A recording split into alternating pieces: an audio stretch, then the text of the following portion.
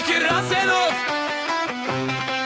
Алишан Кобра, Сали Асенов, Оюн башлады.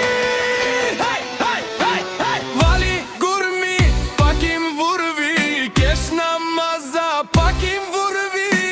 Няма аванта, всичко се плаща, с тях не играй, става опасно. Шефа Асенов като говори, всеки гледа долу, долу, долу, долу. Бекир Асенов konuşunca herkes yere bakar bakar. Para hep gelir onların yolu, hep zirve kardeş gibi üç kişi. Yanlış yapma biter işi.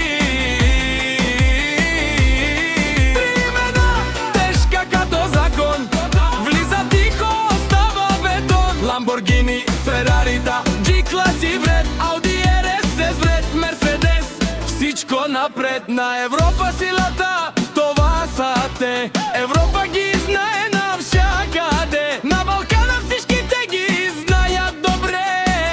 Като влизат малхат навред, Сали като стане, всеки замръзва кобра, а яга калкинца. Herkes donar, не говорят много, действат бързо, който ги пробва пада рязко. Махалата знае, няма втори шанс, с тях си или ви няма баланс. Пари валят, това им е стилът, не е късмет, играят на тил.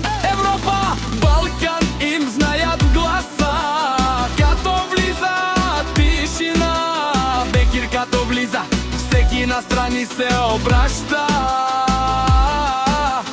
Bekir, Çeri girinze, herkes yana çekilir.